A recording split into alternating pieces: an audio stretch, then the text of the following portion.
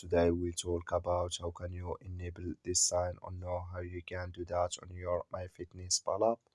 All you have to do, you just go down, click here on more down here. When you click here on more, it's going to take you to this list. It's going to show for you like this. Then all you have to do now, you just go down here. You keep going down, then you click here on settings. When you click here on settings, it's going to take you to this list here. Then all you have to do now, just go down here. You keep going down, then you click here on push notifications. When you click on it, it's going to take you to this list here. You come here to notifications during creating here hours. You click in this sign that like you see this color show for us, that's mean enable with us now.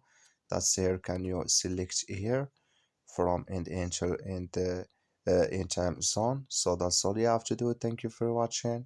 Don't forget to support us by liking, subscribe.